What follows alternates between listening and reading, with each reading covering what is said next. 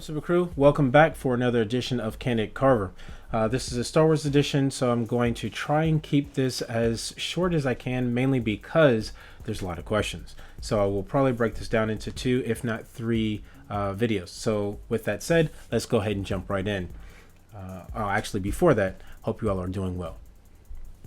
So, first question is, if I could meet anyone in the Star Wars universe, who would it be, and what question would I ask them? If it's any character, which is really hard because there's a lot, I'd say off the top of my head, Luke, because if I'm including Legends story, which is being pulled into canon now, and anything that came in between the movies and games, I would say he has one of the most interesting side adventures, and I'd like to ask him how, after the death of his father and things of that nature, how he stayed motivated and continuing his practice and things of that nature, especially when there was so much adversity against his character throughout the stories. If we're talking about a character that is further back, then I'd say Satel Shan. But the question would be almost exactly the same, especially considering she comes from the lineage of Revan and Bastila. So that'd be kind of interesting to see what her answer would be. That, and she's just a pretty badass character. Okay, then let's see. This person said, watching Clone Wars, and what do I think? Do I think Obi-Wan knew about Anakin and Padme? Definitely. I think he knew for several reasons. Outside of Force knowledge and all that kind of stuff, you're looking at it as Obi-Wan and Anakin were so close, they were like brothers. And in some cases, outside of the mentor-student, almost like a father and son kind of thing for a period of time, give or take. But even with that said, Obi-Wan being so in tune with the Force to the point where he knows basic stuff going around him, he himself has had somewhat of a relationship with Bo-Katan's sister, so it's like he understands that there are relations and things between beings within the realm of the Star Wars universe, and even within the Jedi Order, at that time they didn't want people to have attachments, but he knew that it's pretty much inevitable, because you're also looking at mentor and Padawan.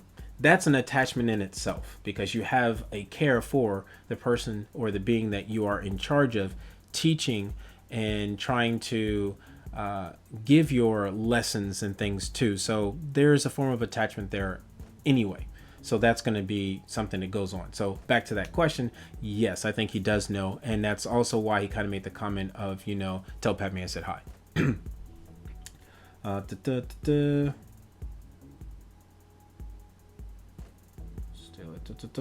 Okay, what do I think about Beskar Steel? It's pretty strong. It's a really good, when used in armor or weaponry, it's almost to a point of saying almost indestructible. It can withstand pretty much almost anything within reason. I think that it's a great way to take characters that are not quote unquote Jedi, who aren't in Jedi armor, to have something like that to kind of balance the scales of characters or beings that aren't Force sensitive, to give them a fighting chance against their opposition, and not just against Force users or people who are in tune with the Force, but also characters who just have heavy artillery. And I think it's something that was really interesting for them to use, as far as being hunters, mercenaries, bodyguards, bounty hunters, whatever. For them to have that in their culture, I think was really cool. And it adds a different dynamic to what you can do with the storytelling of these characters. And they made them somewhat like, depending on the storyline and the time period, almost like saying your military forces, because they were very tactical, things of that nature. Okay, there's a part 2 to that question. Which I think is more rare, Beskar Steel or Kyber crystals? I would probably say pure Kyber crystals are probably more rare, because not everyone knows how to find them, and then when they do find them, they don't work the same for all beings and all purposes. So you have to do different things with it and see how that goes. So I'd say kyber crystals, especially if it's being used for protection slash weaponry.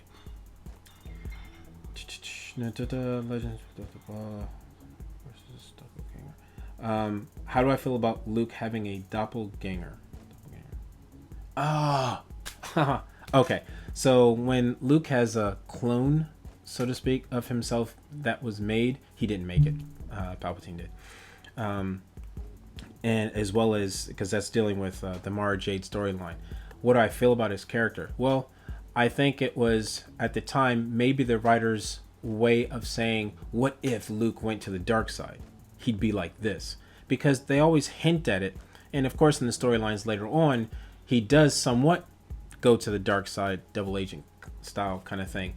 But with almost every single Jedi, someone comes up with an idea of what if they went rogue and they became Sith, or they went dark side, and vice versa. I think it's that fantasy storytelling and thinking that makes it interesting for a reader slash viewer, depending on what that medium is.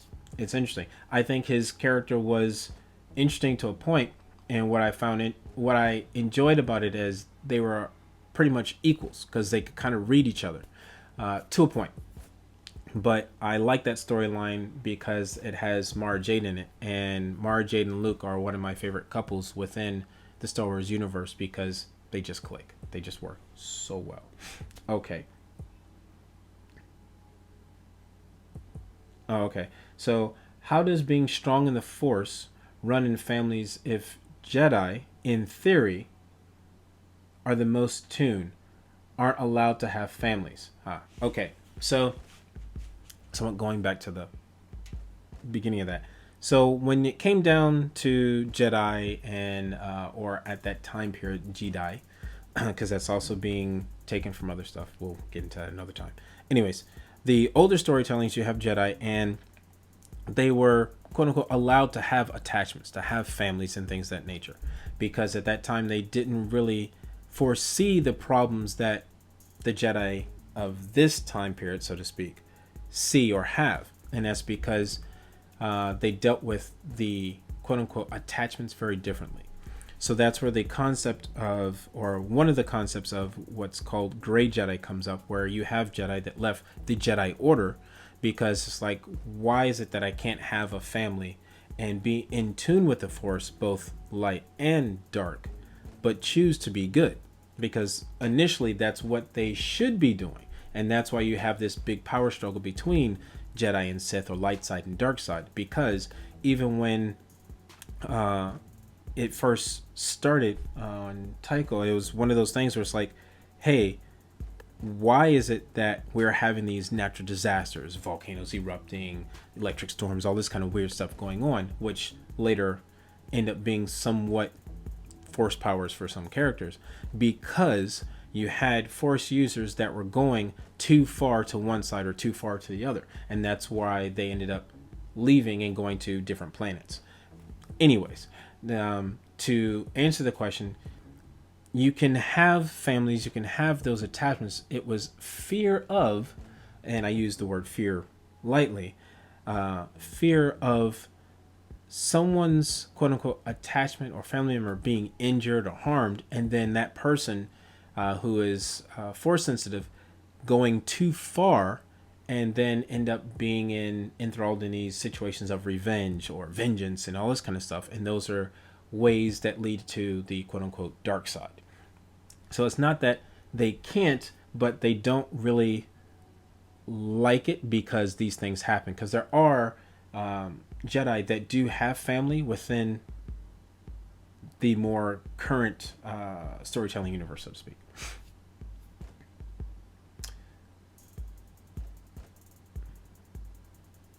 Okay, so the Skywalker blood was a special case. Anakin is born of the Force.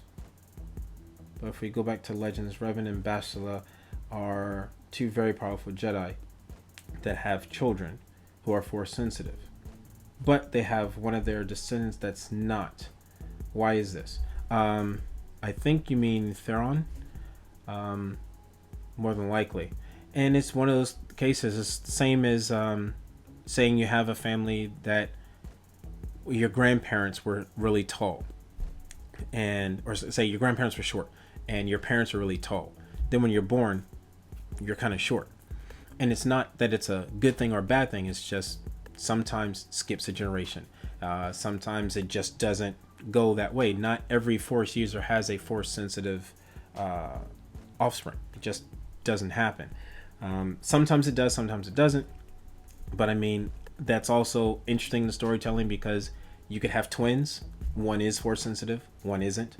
So it's just part of the story dynamic to make things more interesting, and also to kind of show that someone that isn't quote unquote force sensitive is just as important in the storytelling as someone that is.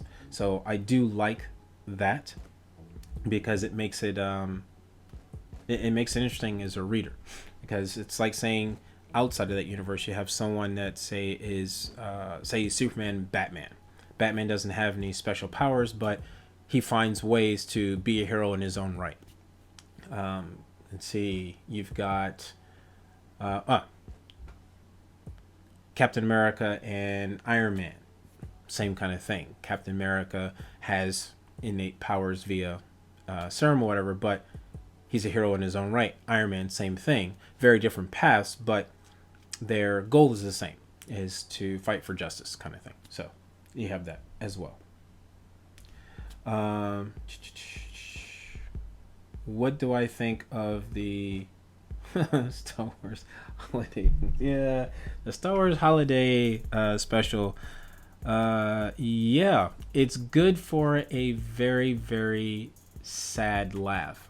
It's one of those where it's like, so the network was trying to cash in on as much as possible. They came up with this, and it didn't go the way that they wanted it to. But that said, it's also a sign of the times, because some of that is what worked at that time, but it's very dated when you look at it now. It just didn't work, and a lot of the members of that program didn't like it. And one of the last questions is, what are two of my favorite starships or ships in Star Wars? Okay. So two of my favorites, pretty much most people, Millennium Falcon and an X-Wing. And with the X-Wing, if you want to get into details, you've got the T-65 and you got the T-70. For those who don't know, T-70 was used in Force Awakens. The T-65 was used in the original Star Wars A New Hope. And I loved it. I love both of those because they just have this beautiful, beautiful line to the spacecraft. It just, the design of it is amazing. And I've actually tweeted and sent a message on Instagram to the original designer, and he was like, man, I'm glad you liked it. That's really cool. And he sent me a screenshot of one that he was working on, and it was just awesome. And thank you again. Millennium Falcon, because it's the Millennium Falcon. I mean, it's a badass spaceship. It's like I'm looking for the one that I have. That's right. It's in the other studio. Next time. But it's a really, really interesting and iconic ship. It's been in almost all the films. I have to double check. I want to say all, but I need to double check. And it's one of those things where it's like, yeah, almost all of them. It's just beautiful. It's beautiful. It has one of those really simple, basic designs to it, but it just works. Same thing with an X-Wing. X-Wing, it could be, it's like, it's your sedan and then it's your sports car. It's just beautiful. It's a work of art, and I love it. If I'm going back any further, the closest thing to it would be the ARC 170, something like that. It's used in the prequels. When that came out, I was like, oh, so that's where the X-Wings came from. And it is. And I like that. X-Wings, hand down, my favorite. It's just beautiful. It's a fighter jet. So, I mean, you can't beat that. Well, hopefully you guys enjoyed that. More questions, please pour them on. Doesn't matter what the topic is. I'll cover whatever you guys like. Remember, Candid Carver is as candid as possible, as direct as possible. Whether it's business, professional, private, whatever, ask, I'll answer. Love you guys. Hope you all stay well. Keep it super, and see you on the next one.